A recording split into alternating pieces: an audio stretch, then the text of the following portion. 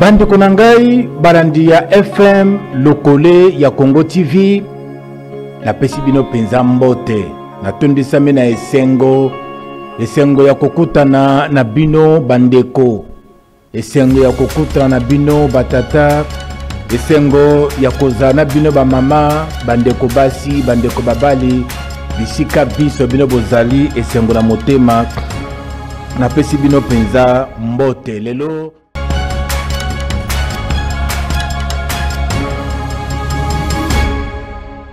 Bande Konangai na pesi bino penza mbote, bande Konangai Balandia FM, Lokole ya Congo TV, esengo ya kokutana na bino lisusu mokolo ya lelo, poto beta masolo na biso oyo bolingaka mingi na nzela ya FM, Lokole ya Congo TV, me awa ezali penza nde bakolo masolo. Bakolo masolo ezali moko ya emission ezali koleka na FM Lokole ya Congo TV. Émission oyo ezali kolobela mingi penza, ezali kobeta sete, ezali kolakisa na tina ya mfumu Kimbangu mobikisi oyo ayaki pona biso, pona humanité tout entière. Yango moni elongo na mobianga mitope invité na biso Papa John Mambo tobeta kama solo ya mfumu Kimbangu. Lelo ezali 20e épisode. 20e épisode de Kokota Lelo Penza en profondeur. Ba parenthèse kofungwama, ba fenêtre monsieur kofungwama, bisika monsieur zala ki ba zone d'ombre ba kokota na kati pona kolakisa biso toyeba penza lisolo ya Fumu Kimbangu ndenge yango elekaka. Invité na biso Papa John Mambo asia komi molakisa zali déjà pona kopesa biso mateya ya mokolo ya lelo. Mais avant to banda na pesi nano mbote Papa John. Mbote Papa Flori. Bonio. Malamu ke. Alors, tokutane lelo na kanisi bandeko bazali penza na esengo pona koyamba 20e épisode. 20e. Mais na kosenga bon milakisa. Bon mi manifester. Bon lakisa penza ke ezali makambo bobanda ki kozela. Bola kisabiso penza ke yangonde masoro bozraka na yango posa 20e épisode on a kanisi bokozala ebele penza ba bokolanda yango pe bokosuka kaka na kolanda te boko s'abonner massivement pona kola kisabiso te oyo tozali ko pese pa na biso na bino ezali penza makambo ya solo makambo ya tina oyo Fumu Kimbangu alekaki na kosala lokola mzambe ou alataki nzoto awa na sena moi. Je crois que ça bongo hein. Ezandengo. Nzambe alataki nzoto. Nzambe alataki nzoto. Voilà. 20e épisode. Na 19e épisode pour to wel sangonga to sukaki na lisolo ya Patrice Emery Lumumba makambo oyo je crois Fumu Kimbangu asengaki na yeko sala. Oui, c'est-à-dire que ça implication ya Tata Simon Kimbangu utakala. Na ba processus o ezalaki processus ya couper sa bonsomi nekolo. Depuis Tata Kimbangu azalaka na bisote. Na banda kinde kolakisa koluka ko sosolisa. Bande ko baike bana Congo ba comprendre que bisonde to akarambe ba depuis. Bisonde to landaka Tata Kimbangu te to lukaka ete to landaka schéma na ete to yebi pe yete ngana ko beta tembe pa Florina vandi pe na taba kambi ekolo na démontrer bango ke boyebi ete parce que négligence o biso to anango écouter biso pe cher d'une certaine façon pona nini parce que papa Kasavubu papa Lumumba muta pesa biso bango ya li Tata Kimbangu mutu simba bango na processus o ezalaki ete tozwa bonsomi ya Tata Kimbangu na deuxième république baike ba kolobake te papa Diangenda a mouvance muta Mobutu parce que papa Diangenda na Mobutu bayebani depuis 1952 si j'ai bonne mémoire soko na bo sanité Je pense que je peux vous appuyer. Vous pouvez l'appuyer et certainement c'est comme ça que vous appuyez le président Mobutu parce que les gens disent que c'est vous qui le soutenez au pouvoir. Je vais vous dire une chose, merci beaucoup. Vraiment, vous venez de soulever un point si important. Moi, j'appuie la paix dans notre pays, dans votre pays qui est le Congo, dans le pays de l'Angola, dans tous les pays du monde. Tous ceux qui sont placés à la tête, ils ont toujours mon petit concours. Il est vraiment petit, très mince même, je dirais. Au risque même, au moindre vent, de se couper. Mais je vous assure, je n'appuie en tant qu'individu personne. Toutes les personnes épris de bonne volonté qui veulent la paix, là où elles se trouvent, parce que je suis censé de croire, comme l'Évangile le dit, toute autorité vient de Dieu. Mobutu, je pense que ce n'est pas Diangenda seul qui l'a voté. Je suis une goutte d'eau dans l'océan. Il a été voté par tous les Aïrois à 99%. Donc, en tant que Diangenda, appuyer une seule personne. Mais je pense bien qu'il n'aurait pas eu ce 99%. S'il a eu, c'est parce qu'il a été voté par la masse zaïroise. Donc, moi, Mobutu, c'est un ami. Je l'ai connu depuis le 15 septembre 1950. Prenez un peu cette date-là. Le 15 septembre 1950 que je l'ai connu. Lui, militaire, qu'il était à Kananga. En ce moment-là, ça s'appelait le Loabour. Moi, j'étais fonctionnaire de l'État. Et ce n'est pas un petit fonctionnaire, j'occupais un petit poste. Et qui faisait de moi une personne et quand même que les gens voyaient que j'étais important, parce que j'ai travaillé à côté du gouverneur de la province. Et ce gouverneur m'a vraiment aimé. Ce gouverneur a participé à l'arrestation de mes parents. Eh bien, il m'a pris dans son engrenage pour essayer peut-être de sucer en moi certaines vérités spirituelles. Et peut-être il avait d'autres objectifs, ce qui est à lui. Mais selon moi, je l'ai estimé. Et ce gouverneur m'a beaucoup estimé. Il m'a amené à Kananga en 1950. Et c'est comme ça que nous sommes connus avec le président Mobutu. À ce moment-là, il était caporal. Je l'ai connu. Eh bien, comme c'était un homme simple, sa maison voisine à la mienne, célibataire qu'il était, moi marié, et nous sommes sortis en dehors de la région de Kananga, ou bien du Kasaï oriental, ou bien Kasaï occidental. En ce moment-là, il n'y avait qu'un seul Kasaï. Et comme nous étions étrangers, lui me voyait au Congo, lui en tant que Mongala, et c'était comme ça. Même les Sénégalais, les Togolais qui étaient là, ou bien les Angolais, ou bien ceux du Bas-Zaïre, de l'Équateur, du Haut-Zaïre, du Kivu et du Chaba, ils étaient considérés comme des Menamaïs, c'est-à-dire des étrangers. Eh bien, on avait une association qui formait une certaine force quand quelqu'un de ceux qu'on appelait Benamaï a eu un malheur, n'importe lequel. Eh bien, les Benamaï se réunissaient, c'est pour regrouper le nécessaire, soit un peu d'argent, ou bien aller apporter notre contribution en présentant des condoléances, ou bien à aider celui qui était prouvé. Eh bien, c'est moi, puisque j'étais mieux placé en tant que Benamaï, donc le président Mobutu, étant, je le considère vraiment très sérieux, puisqu'il ne bavardait pas beaucoup, et il n'allait pas chez les gens, sauf chez moi. Parce que j'étais réellement voisin à sa maison. Le soir, après que maman nous avait servi à manger, lui il était célibataire, je le dis bien.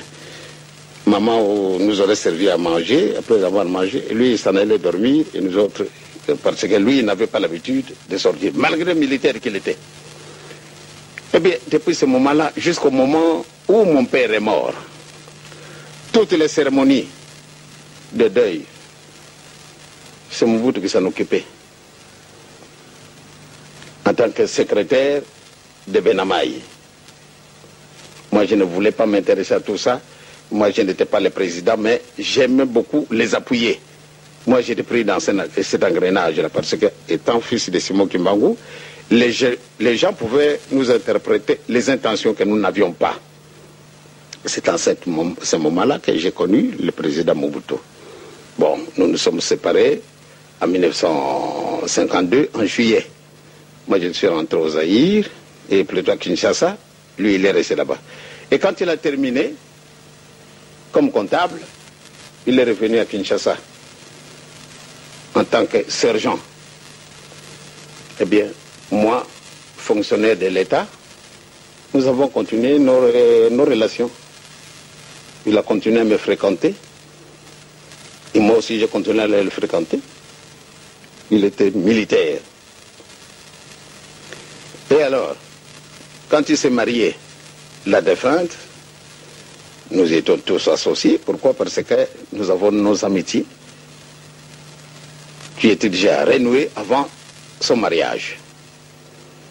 Donc au moment où le premier fils au président est né, je me trouvais à Kinshasa et il ne m'a jamais pris en défaut. Il est devenu président.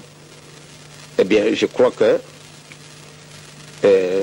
je voyais en lui, même quand nous étions en Kananga, ce ne sont pas des choses simplement que je dois aller déclarer à n'importe qui. Quand nous étions en Kananga, il m'a trouvé que j'étais vraiment très intéressant.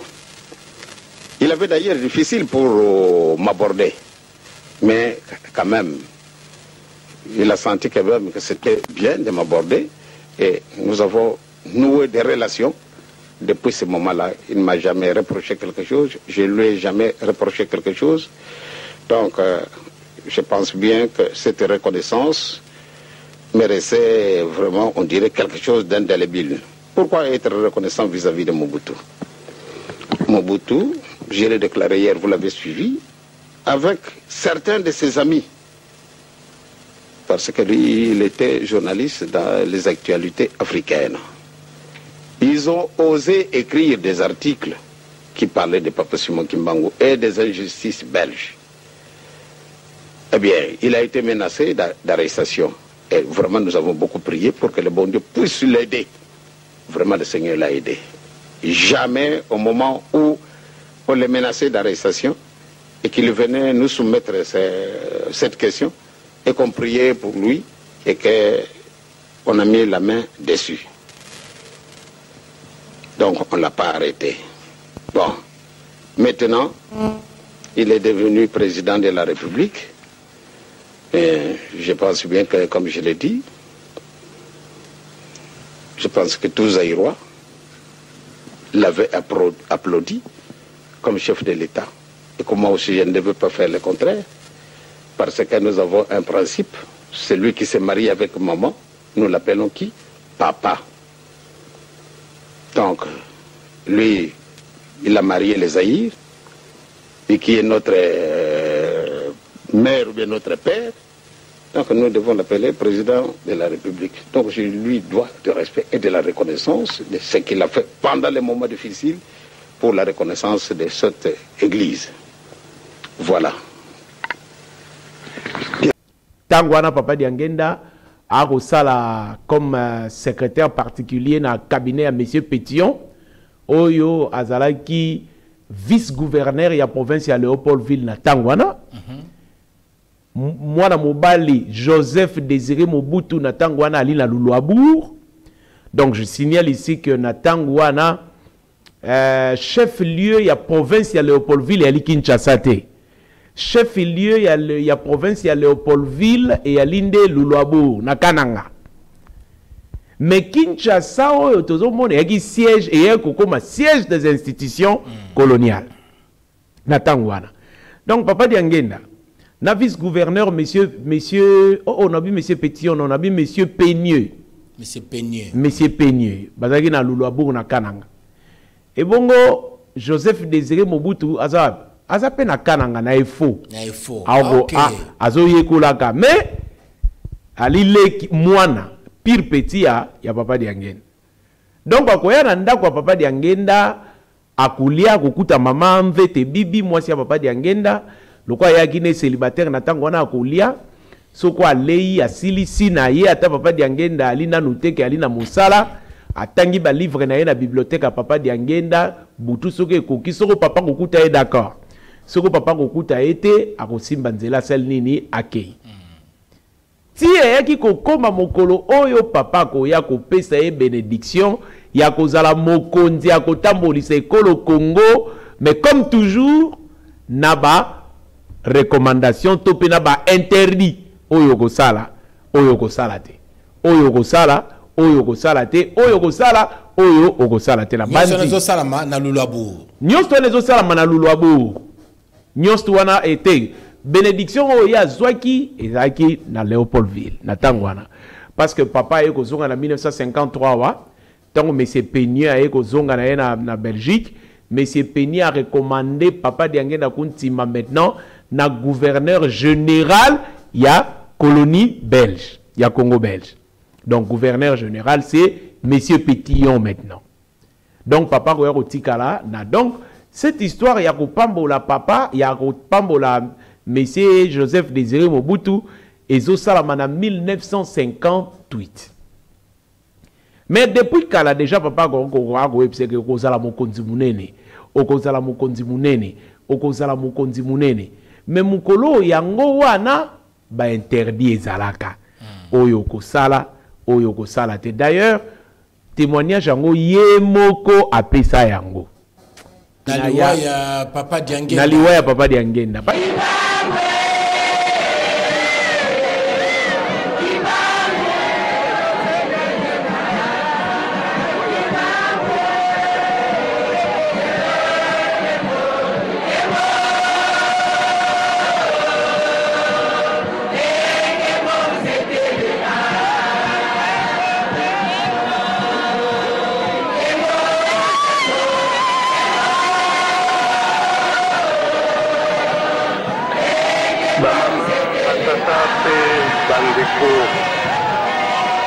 Kimbangiste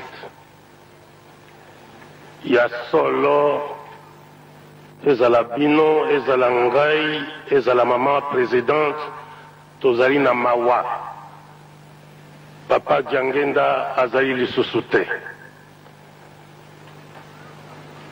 nasengi nalobela bino mwa liloba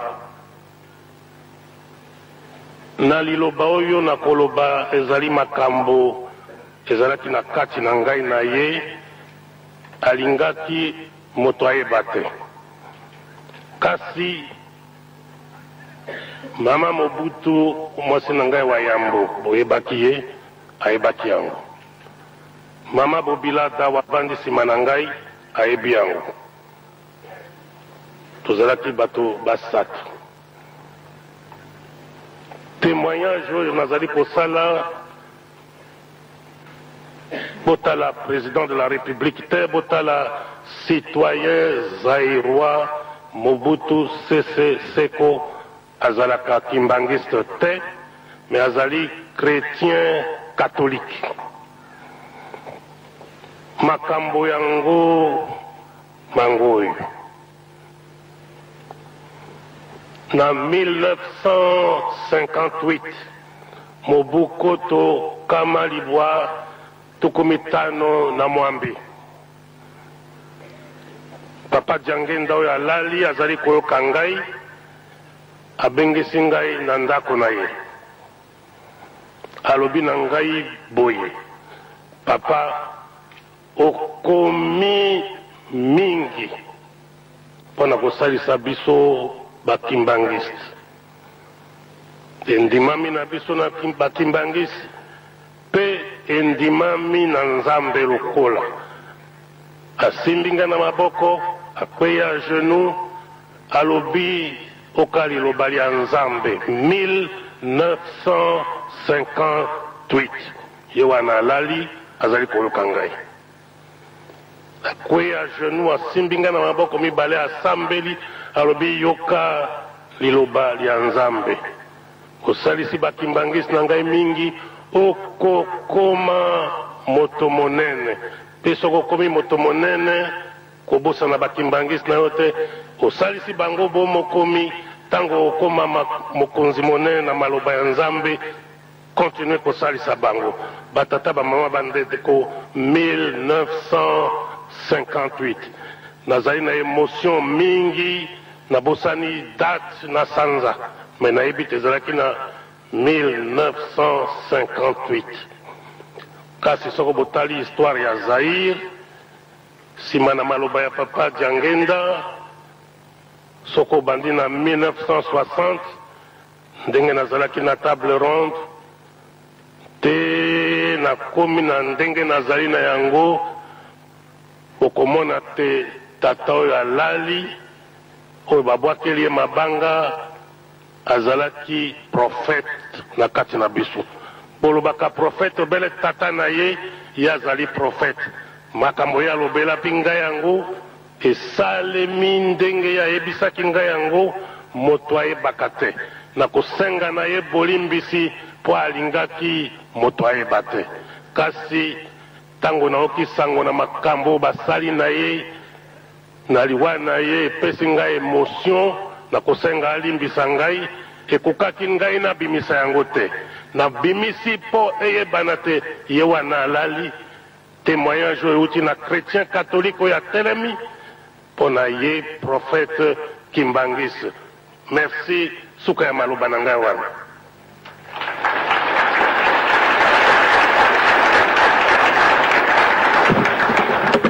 Parce qu'au moni, hein, ça c'est l'heure du numérique, papa. Oui, ça heure numérique, c'est-à-dire na siècle siècle il y a vitesse et information, ça heure il y a numérique, c'est-à-dire ça heure il y a audiovisuel, il y a bilili. Normalement, il faut qu'il y ait des preuves audiovisuelles en appui. C'est-à-dire, papa Flori, ezaki pona kolaki sa ke biso tozo kamata ekolo tata Kimbangu nde akopesa biso ekolo et puis biso batozo ekolo toko bebisa to landa schéma na été et ça fait aujourd'hui plus de 60 ans depuis tozo ki indépendance. Donc oya longwe oya koti oya longwaki tata Kimbangu ataki oya koti tata Kimbangu pe mtache o palandi tata Kimbangu ga mtache. C'est-à-dire, ah ça makambo ya ko bomba lisusu te ne siko biso to komi photo lo ba vérité. La fois passée, yo lo ba kinangai. O lo bibino ba Kimbangiste, Papa John, on dirait bolo ba kate bo bomba makambo te. Kondo Patrice Emery Lumumba. Kondo président Kasavubu. Muto achaki bango, muto apesa ki bango bokonzi. Na ba interdiction, na ba recommandation tata Kimbangu ba bebisi. Kondo Désiré Mobutu. Muto apesi yebo konzi papa Simon Kimbangu na benteri Kondo Laurent Désiré Kabila muto apesi yebo konzi ezali papa Simon Kimbangu. Ah, papa John, mais nazo yebso vérité papa Sokolobi Joseph Kasavubu, Patrice Emery Lumumba na Mobutu to comprendre parce que na bané 60 ou 65 mais musée à côté na 97 awa lobi awa musée Laurent Désiré Kabila kokutana na papa Diangenda en pleine période de la conférence nationale. Nous sommes en 1991 et il y a deux témoins. Un témoin potentiel à Koufa Moko Atikala Azali. Laurent Désiré Kabila a outi na conférence nationale a yekolela na papa na centre d'accueil. Poani ni otiki biso papa. To sali nini poani otiki biso. Papa lobi eh bien mon fils moi je n'ai rien à dire pambate oyo to bongisa ki et salamité habité te parce que oyo zo salamakuna papa na koki kondima ce sont ces termes na koki kondima te ete que yo patriarche ozalia oyebi ndenge mboko yebandi tata na yo na bino boyebi esika ekolo euteli lutte tata na bino na lutte na bino poto koma le pona makambo ezosala na conférence nationale yango ana na respect na yaki koyebisa yo papa na okokate na zongi na ngai na lembi papa lobi bien mon fils va-t'en va, c'est moi qui te l'ai dit, tu reviendras ici pour chasser ce régime. Na bombite na buki lokutate na koyiko tanga ngai li oyo témoignage nazo zwa yango na moto akufa zalaki présent. Laurent Désiré Kabila a hésité Papa lobi non parle. Celui-ci c'est mon fils, c'est mon collaborateur. Tu peux parler. Loba nyonso yo zanango na misuna ko bangate. Motoana akufa kombo na e feu colonel Mambu akufa. Yazaki témoin mukolo Laurent Désiré Kabila azalaka. Aya quand même. Papa lobi na kenda. Ngana ebisio ko ya kozonga wa. Na batu balata baboti no bengana bato nyos ba osama kelele na conférence nationale wana o yo zomona wana batu wana nyos tout conférence nationale et vous allez être morte.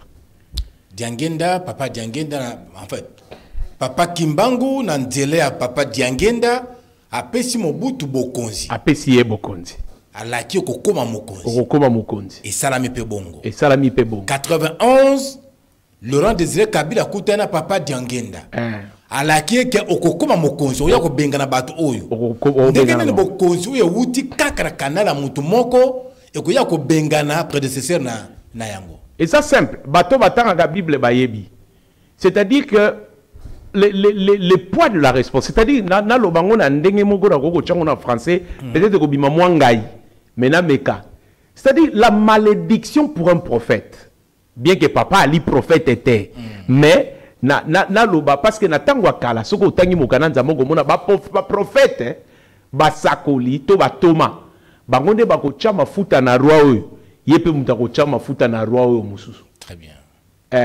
C'est-à-dire sa malédiction c'est de oindre un roi et d'en faire partir un autre, de faire partir yemoko kaka Samuel azagolobana Jonathan au prophète, il est prophète à Israël.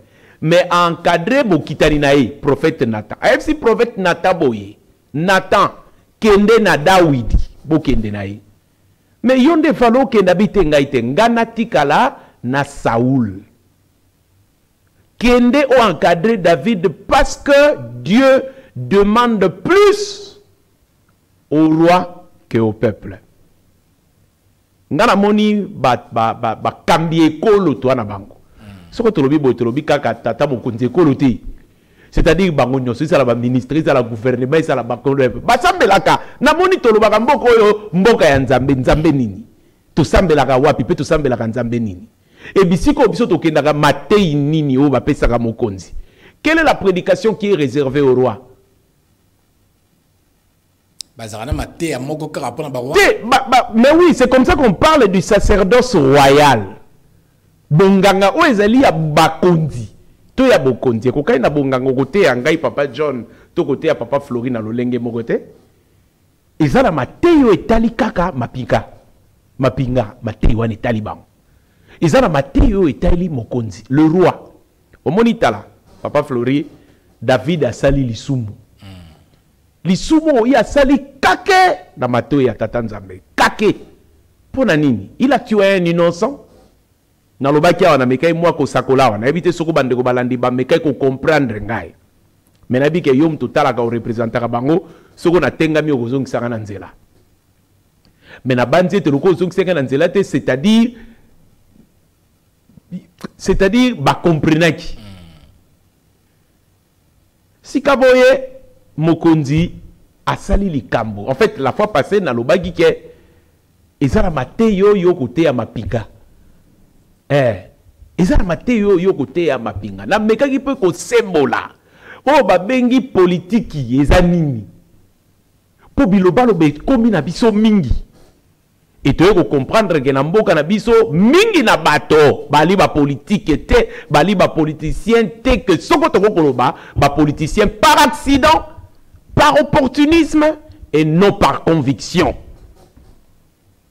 Ya wono moni tango moke bazalaki babongwani bakomi kuna babongwani awa bakomi abo babongwani awa bakomi abo et l'idéologie tango biso to kota la parti politique to kota kana nini to souscrire kana nini, n'est-ce pas idéologie? Une fois l'une de mes étudiantes alobaka lolenge yo zalaka yaka kota la parti politique na biso ko sala ta politique na bité na kokina nte na zuli yango na ndingisa te mais yelangai statut ya bino natanga natala ba valeur politique natala ba valeur idéologique ya bino et ya linini na yeba pe projet de société na bino et ya linini bolinga bo mema bato api bo wele la likambo nini aventure ekomi mingi. C'est-à-dire papa Florine ngana loba nini nesika wana ngana loba nde boye. C'est-à-dire likambo roi David asali kake na mato ya Nzambe. Tata Nzambe a punir ye. Oyebi ke Dawidi na monene nyonso oyo azalaki nango andima etumbu.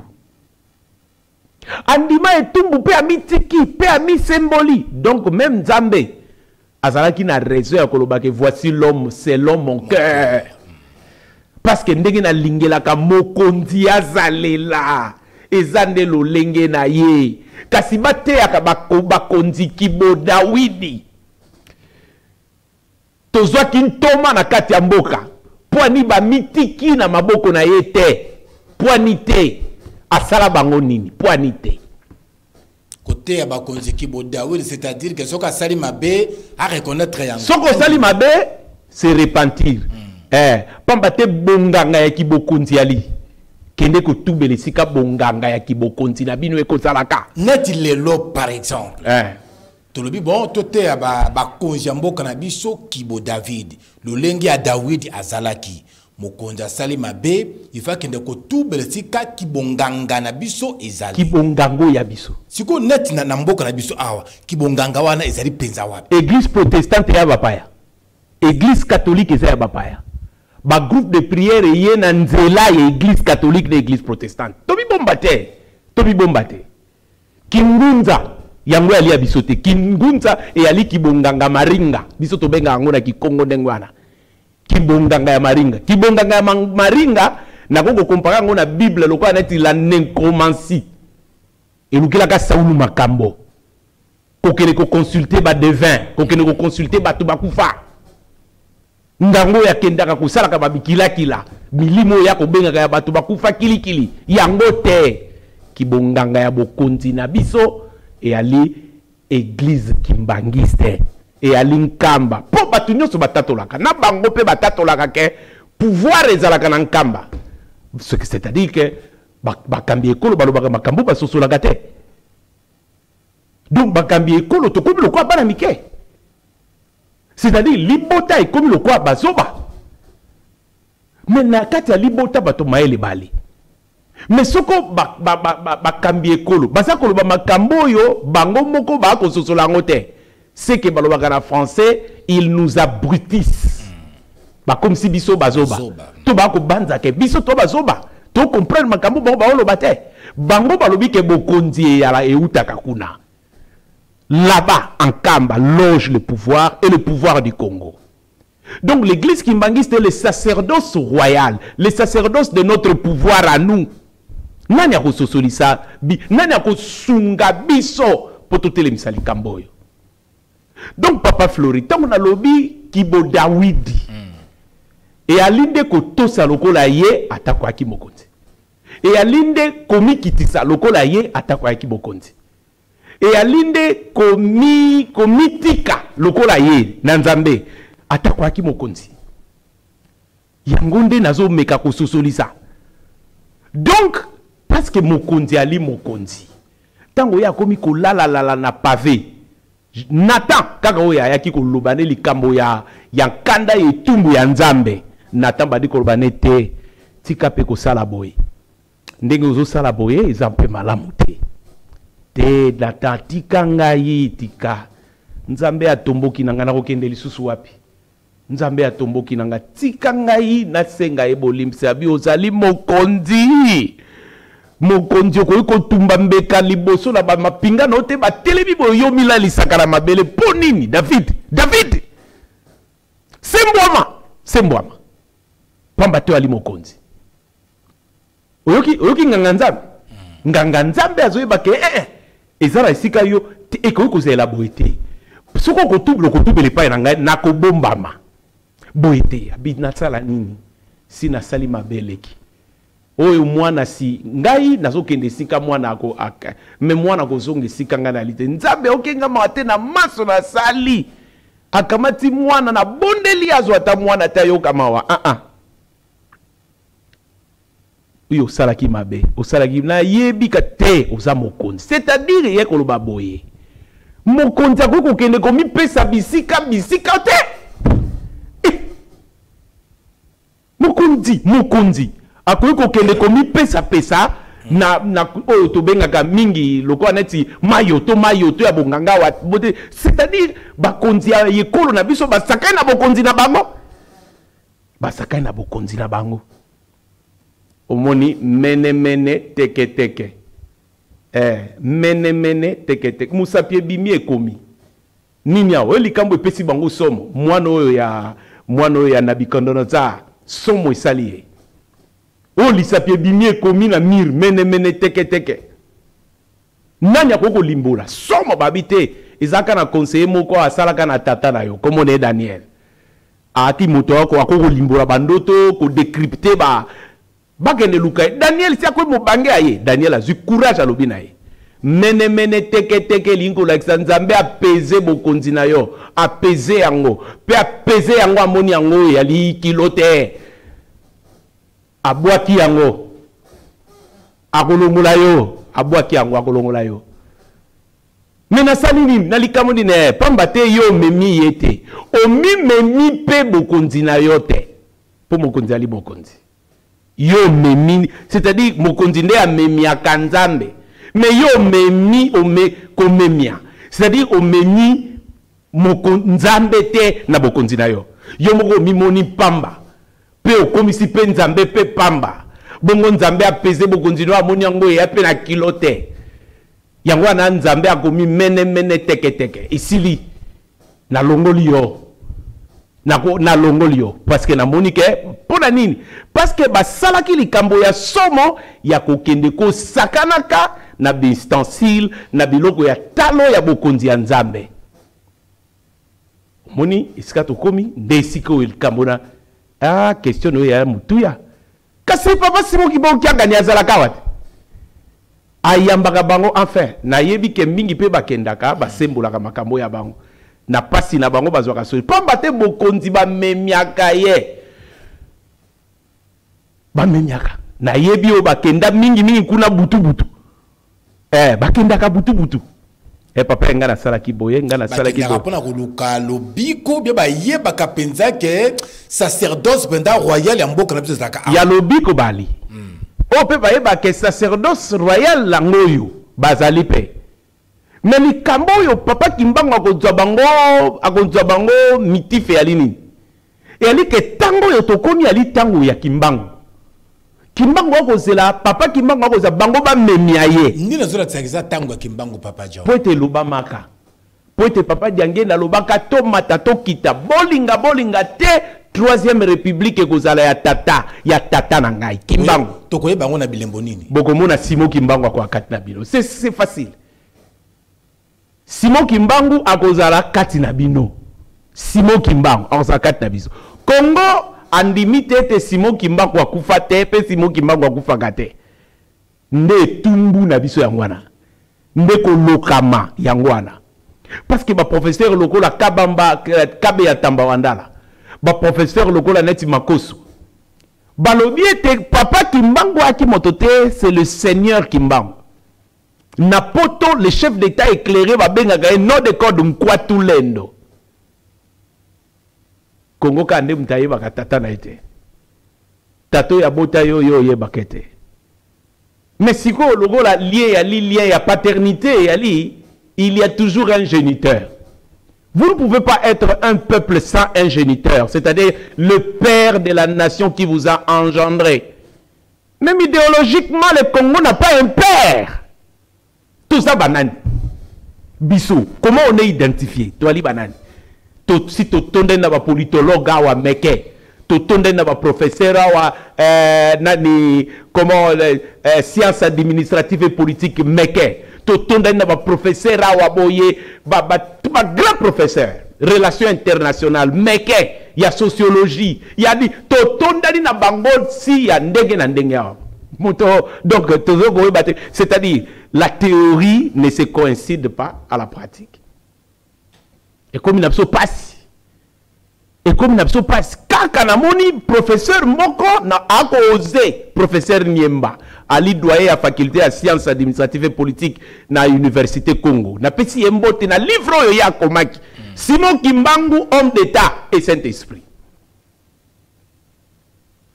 Simon Kimbangu, homme d'État et Saint-Esprit. Livre Moussou comment Simon Kimbangu oublié des réflexions politiques au Congo, des analyses politiques au Congo. Oublié complètement. Ce qui Tolobito Zongisa Simon Kimbangu, tout est au centre. Il y a Makambu Nyonso na RDC Mboka na biso. Tokozanini. Soko Tolobi Tocha Tata Simon Kimbangu au centre ya Makambu Nyonso tu na Mboka na biso. Et loko ali boso ya motuya.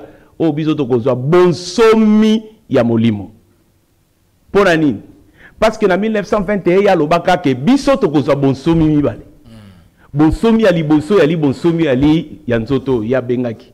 Lipanda ya bonzoto, c'est-à-dire la politique matérielle. Bonsomi ya mibale et ali bonsomi ya molimo, l'indépendance politique. Natuna question moko papa Flori, je m'excuse. Biso to ali aba congolais, to ali en Afrique, ba ça va bali. Même ata soko tala malédiction. Pambate bao ba tekaka bango loko ba umbu. 14e, 15e siècle ba kenda d'Amérique, ba ça va balaka. Mais code de noir et le baguette. Et loko ezali a moumbu ali na mibe côté. Moumbu ali pe na droite. Droit na ye et ali droit ya maître na ye. Moumbu ali na nzambe te. Nzambe na ye et ali nzambe ya maître na ye. Bon, soko biso to la kana nzambe te parce que nzambo ya biso eza nzambe memela biso église catholique, nzambe memela biso église protestante, nzambe memela biso ba groupe de prière et tondi binga na Congo. Toza banani. Ba umbu.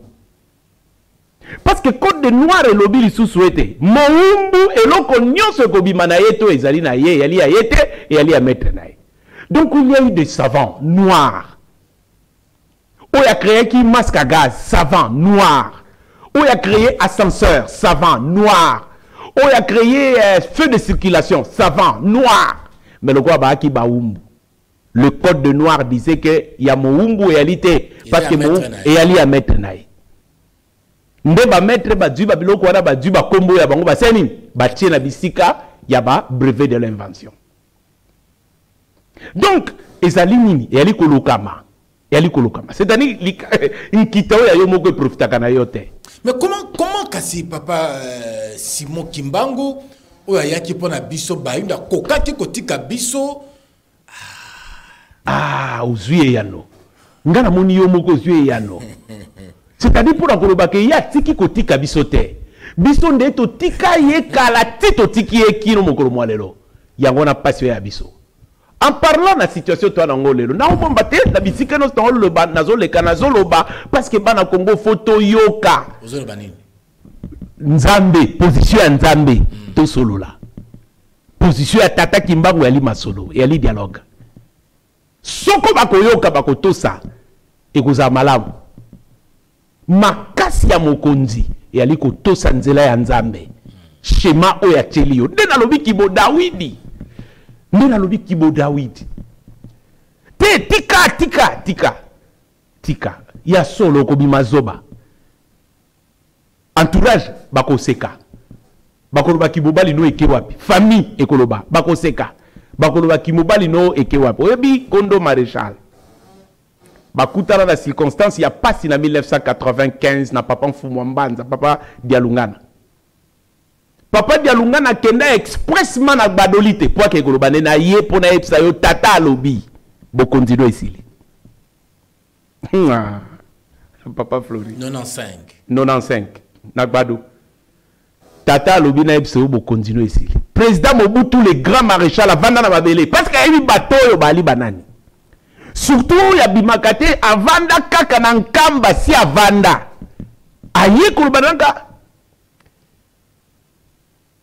papa okoki bakisela ngata 2 ans ndenge sali 95 plus 95 plus 2 ans et sali 97. Ah bon? Moyebi likambo esalaki wana mama moko azalaki pembeni wana azoloba na kingbandi yo elombe mobali makasi boy yo zo kendaka kuvana na mabele pe kubanga po moto azotanga soyi. Mais soki elombe oyo nkoi avandi na mabele pour moto akotanga soyi. Soki elombe nkoi oyo ayebi moto ali nani. c'est que l'omben koyoyo ayebi motoyo ali nani boni leloyo Mobutu akenda to akenda te Mobutu akenda malobo elobaka papa diangenda na Laurent Désiré Kabila et salama papa lelo eza makambo lisu te to bomba po anini toloba na bana Congo ba mingi baluka koyeba me tata ngo ya biso ayaka salaka nini processus yango ezalaka nini alingaka nini schéma yango eza ndenge nini mukolo nini bakokutala na papa pona koloba tata limbisa to sala nini mukolo nini bakolobisa ye nalobaki yango la fois passée soko tozo kende pour des questions purement oyalikaka individuelles personnel mais pour mboka te kasi bino boali bakambia mboka papa bandi koloba pona crise depuis 2022 alobaka pona likambo na est bola nanga na nkamba est-ce que bayoka kaibe la ebite na ndimite bon koyoka net différence entre entendre et écouter peut-être ko entendre oui mais ko écouter je pense non tous les cambo tukoloba awa likambo ya kosolola ya masolo kota la situation actuelle ya mboka na biso olobi foto fanda to solola banani bakoki kofanda lelo po ba solola pour que kimezonga na kati ya mboka bato mibale soko ekozala possible bato mibale président de la république ye nande kone Kabila Félix na Joseph Kabila bafanda bangombale basal bafutur mais bakoma lokola poko na nyao mais mabe sikande mabe yali yangwana bon tant to komi na 2003 2002 Joseph Kabila vandisa batote to finga gaete to lobaka nini zoba bongo te moi moke yo monaki esika pouvoir bakabango na bato oyo zoba pena bamsusu ba juraka ke akoko bata 2 ans 5 te parce que ali elenge ali mwana ali makasite asimba maka na nzambe pona ko sangisa bato pona ko sangisa bato na ba etadam oya bango soko osimba mi na nzambe te ekolonga te bako seka bako loba makambo kozala mingi koyokana po anini parce que mokili mobimba bato nyoso bayebi ke nzambe azali awa biso nde toyebi te kasi eloba maka boye mais yo moto oyo osambelaka to yo moto oyo boye na bizaleli no elongo badi te na makambo oyo tozomona ke ozali nango donc na makambo oyo bato bayebeli République démocratique du Congo ke ali na nzambe ke ali na Yerusalemi bato bakokokana te mbuma fo ezala mbuma ya koyoka mbuma fo ezala mbuma ya kovanda parce que makile etangi mingi tolembi même nzambe alembi sino te akokamata kanda soko akamati kanda moto akoala te po wana ekozala sauf kipe po eloko tolingi yango wana bana Congo na bandi oyo namoni likambo ekokokata likambo kosepelisa biso tobeti pe tembe mingi plus de 60 ans même temps to lobaka ke kimbango wana basoda bakamikuse congolais amuta tembe andi magate likambo tikai na biso tolela na ngambo mususu ngambo nini yaliwa kasi population yo ke neko sutumuka ndozo kamwa si okomia bato musu batikali kuna yo si okomia po ndima te mbe nde ondimi metabo yo ndimi trop tard tabo yo ndimi trop tard. Donc, bon somi à mon limo, basava bakomona na kati na biso. Kokela ko inventé. Mayelo yo etongaka. L'intelligence qui développe. Omoni mboka nde to komi lelo. Panini le Congo ne démarre toujours pas. Pourquoi? Eza likambo moko iso chankaka. Toi lokwa bato ba defaka mbongo, bongo tata kimbango atanda loboko, soko bo pesite et ko simbate.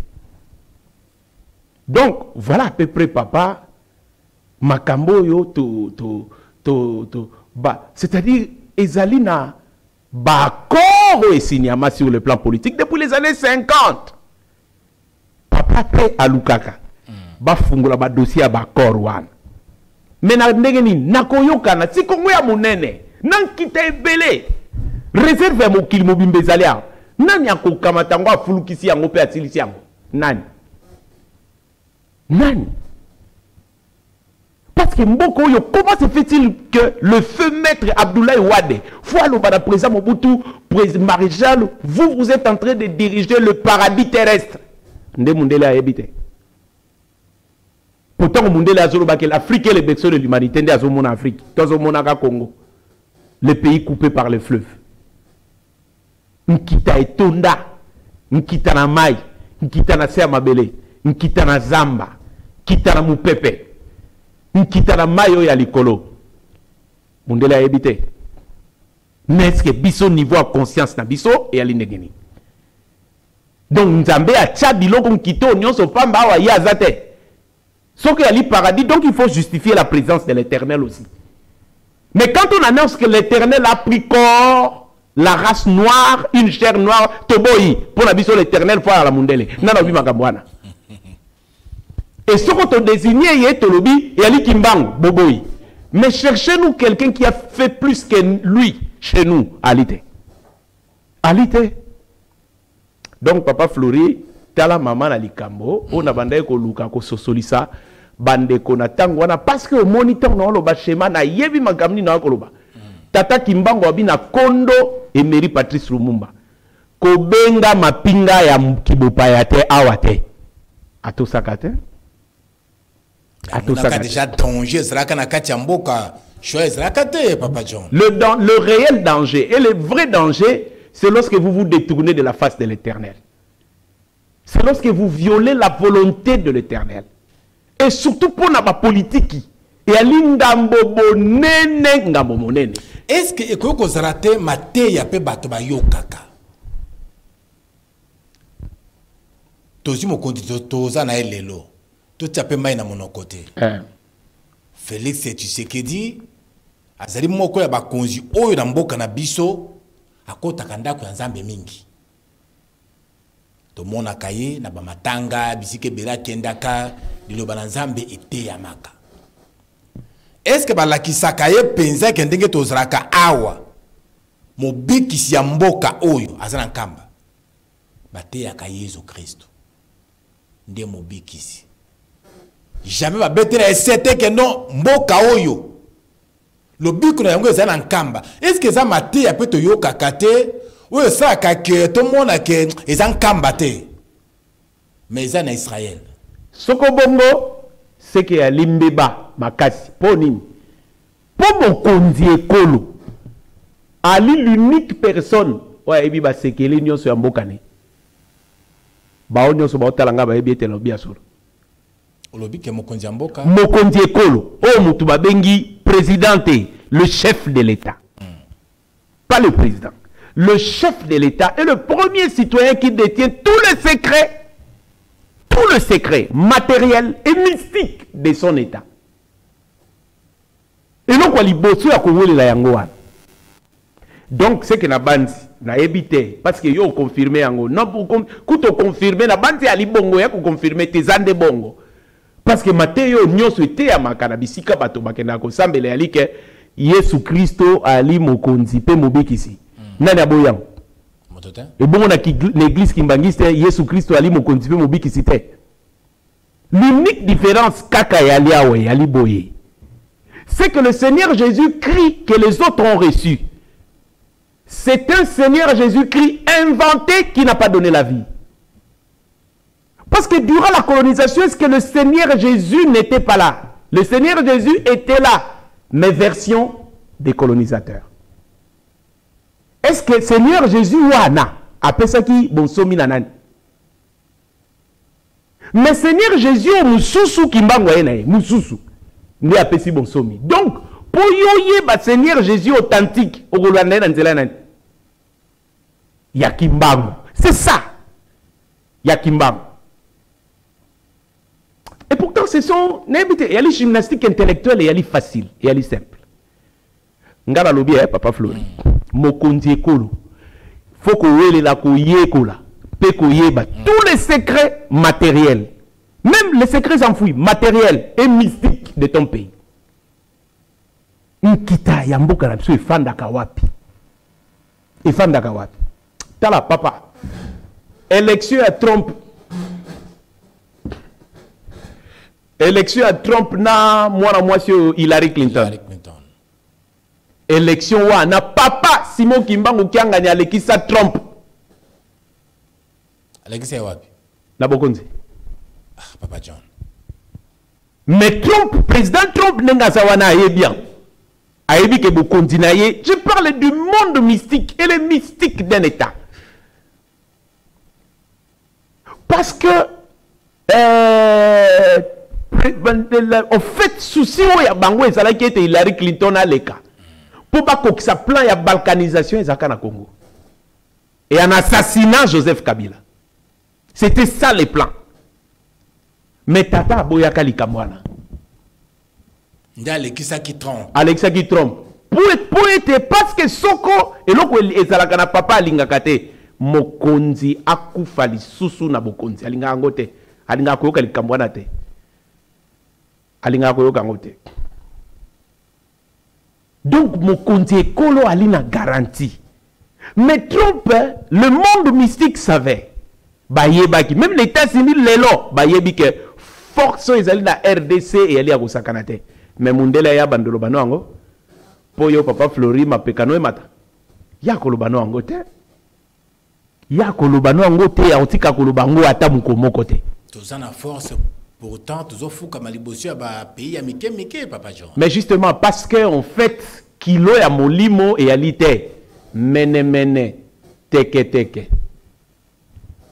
mene teke. Quel est le sens où ezali ya ba 24 vieillards ba kamati ba couronne ya bango bazo bwaka libosio ya mwana na mpate elingelo bani?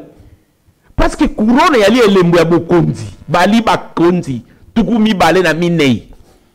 Mais soko bakomi liboso ya mwana na mpate balongoli Bokonzi ya bango bamemiye batomboli ye pour être ye en retour amemia bango atombola pe bango. C'est seulement le principe de l'équilibre entre la divinité et le pouvoir matériel. C'est ça, mususu réalité. O memi nzambe akomemia yo. O memi yete nzambe akomemia yo te mene teke. Nzambe akomemia yo te. O tomboli ye atomboli yo. O kitisi ye yo bandio kita. Ya ko kita te yo moko zo kita. Yo moko zo kita parce que bosani ye. To memi nzambe nde nani? Dieu c'est qui? Nzambe. Kasi omoni mundele nega ambrie biso na ba concept. Te to kiti po te to memi tata Kimbangu te. Yango na to kiti. Yango na to ko tutana. Yango na to zangi cohésion. Yango na. Lelo na yebi ke likambo yo tunya wa to sosolisi awa ekozan kaka na mitema mingi ya bato. En fait ba kozwa chance ya kolanda kaka. Ko bandela ngai moko.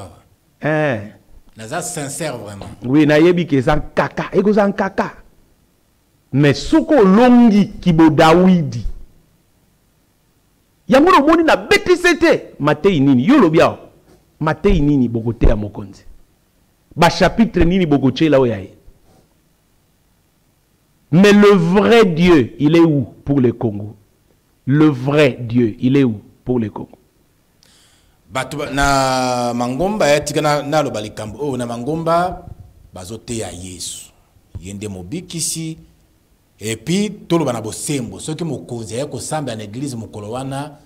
Mate ya mingi ezraka ya kosanzura mokonzi. Mabe, kutu nengana lo balikambo kwa na bosalaki. C'est-à-dire, banganga oto na bango lelo bakomi ba politicien. Pour ne même pas dire ba politique, ba politicien. Justement, ndeko lobi. Pour na ko sanzura mokonzi, ko leta ye. Voilà. Mokonzi ana molimo te. Molimo ane ko bikate. Omoni mabe ya banganga nzambe. Oto na bango lelo. Ko kende na sanso ya mokonzi. Ko leta ye po se pelisa ye mais o tshenzambe nkaka na motema asiliki na yo na lingomba na ekolo parce que ya bongo dimension ya nzambe ya libongo nzambe dimension na ye ya misato ezali libota et ezali nkita pe ezali mapinga 3 dimensions ya nzambe libota nkita mapinga 3 dimensions ya nzambe tala kaka tata nzambe soko atomboki akokamata mapinga mususu barie babeti bino film soko tata nzambe atomboki akausi biloko soko tata nzambe atomboki atindi malade na libota 3 dimensions ya kanda ne yangwana donc esika wana papa Flori pasi na biso yangwana soko tokotosa soko to omoni mungongo no ya mukie parce que olanda makapenza te soko natali soko batumi bazo ya na yo mingi mais batu mingi peut-être lingi nzambe ya na ndenge wana mais tozolo balikambo tata kimbangu poete bana ya mboka tofungwama œuvre ya tata kimbangu ekokisi ezala plus de 100 ans lelo evandi wana evandi na ba commune nyoso toali na ba province nyoso tozali na Afrique centrale azali œuvre ya liwa ye pe kimbangu azali oya kolonga ye alongi ekolo oya kolonga ye te pasi ekoti foti ya tata kimbangu te foti pe ya basakoli pe te mais na mboka na biso papa John biso nyonso to boy papa kimbangu te opesaki ndakisa ya makomi awa makambo komaka mwana na Bicodonosor bokondi na bapezi yango zana kiote bakobotro yango metango bazokende kotumba soki na bosana te Sodome et Gomorrhe après Abraham ko supplier batomi satwana baloba kineli soki to kuta ta moto moko ya malamu na mboka wana mboka ko bika pona moto wana est-ce que na mboka na biso ata moto moko oya ndimaka papa Simon Kimbangu azalaka te ke à travers moto wana mboka bika mutuna no ya malamu mutu moko kutute bongo bakimbangise baba congolais te yango wana na lobi bakimbangise pe baba congolais sikoyo eyali boy eyali kobikisama na shema o tata Kimbangu apesaki na kanda ya koluka koboma eyali biloko mibale c'est-à-dire yende ayaki na lobiko nkolo Yesu tobelela ko tobelela ka wapi o wapi parce que nkolo Yesu se manifeste nkolo Yesu yangu papa tika c'est-à-dire kat na biso to sili mayele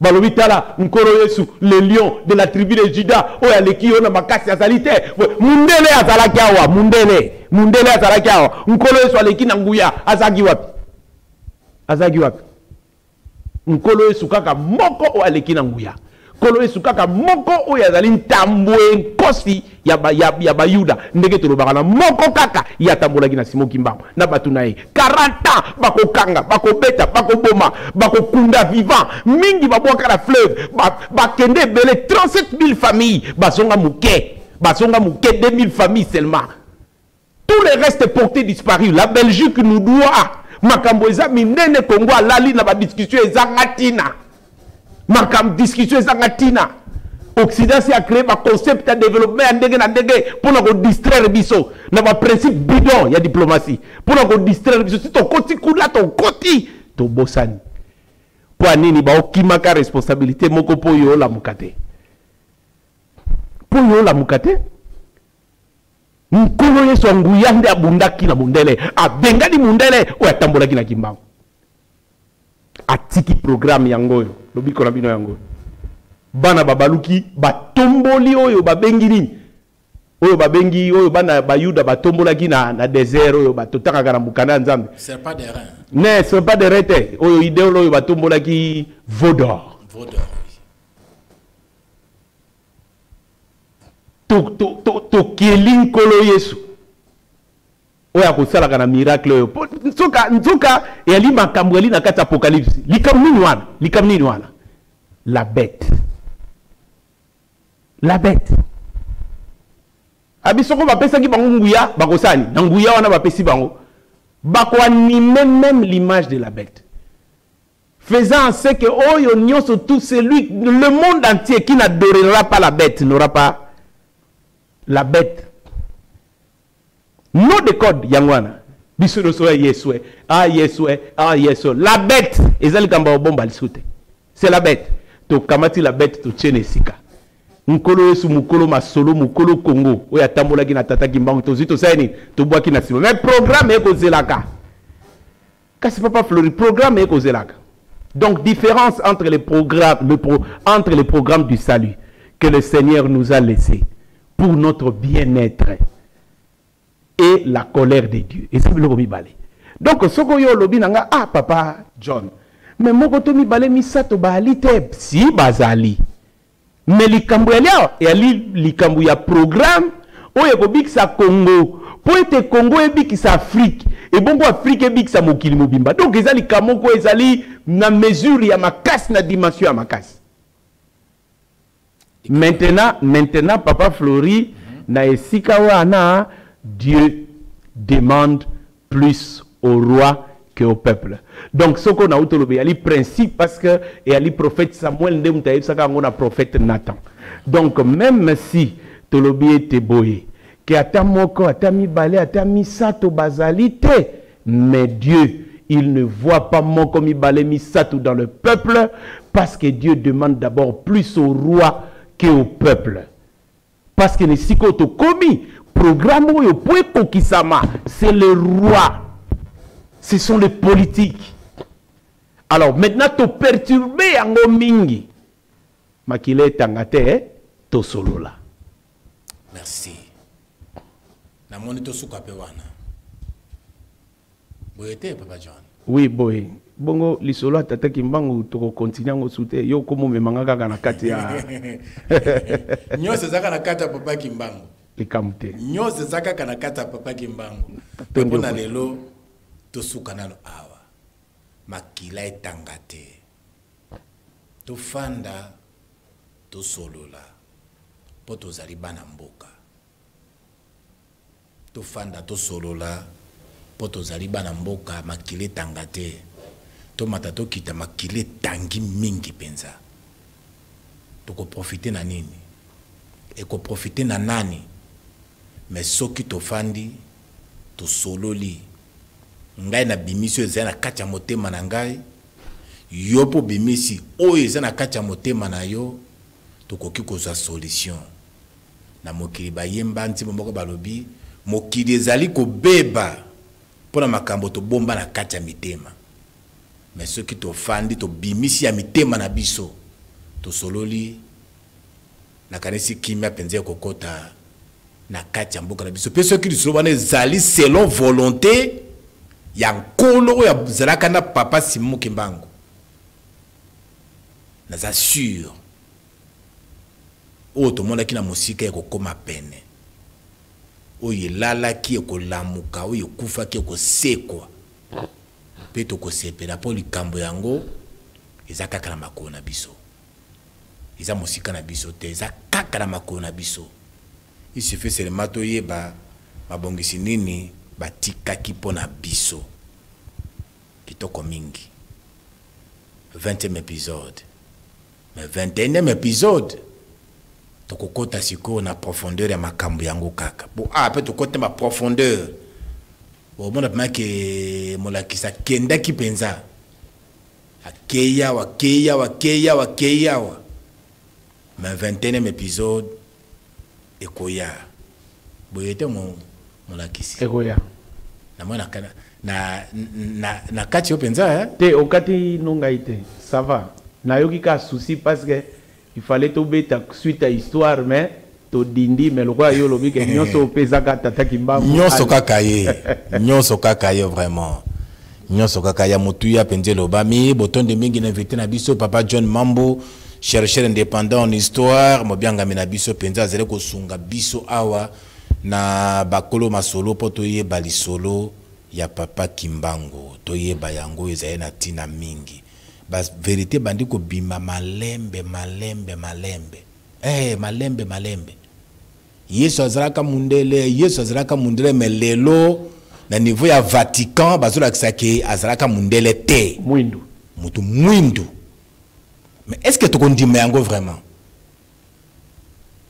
na Vatican balakisi penda ke azalaka mundele te azalaka mutu mwindu tokende kaka liboso botonde mingi na invité na biso Papa John botonde pe na ndeko na biso Moïse Lelo botonde pe na yo botonde pe na bino banso blanda biso mais bo s'abonner penza massivement na lokole ya Congo invité na biso azali awa bandeko blanda biso ba bo simba makina mitema pona ko soutenir makambo oyo bolemba te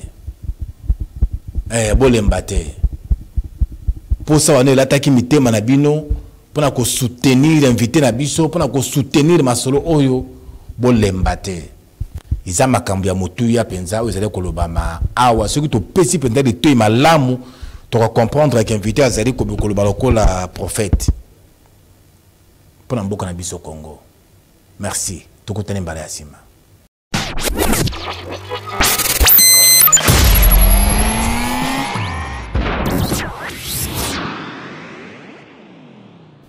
Bande konangai barandi ya FM lokole ya Congo TV na pesi bino penza mbote na tondisa mena esengo ya kokutana na bino bandeko, esengo ya kokutana na bino batata, esengo ya kozala na bino ba mama bandeko basi bandeko babali bisika biso bino bozali esengo na motema na pesi bino penza mbote lelo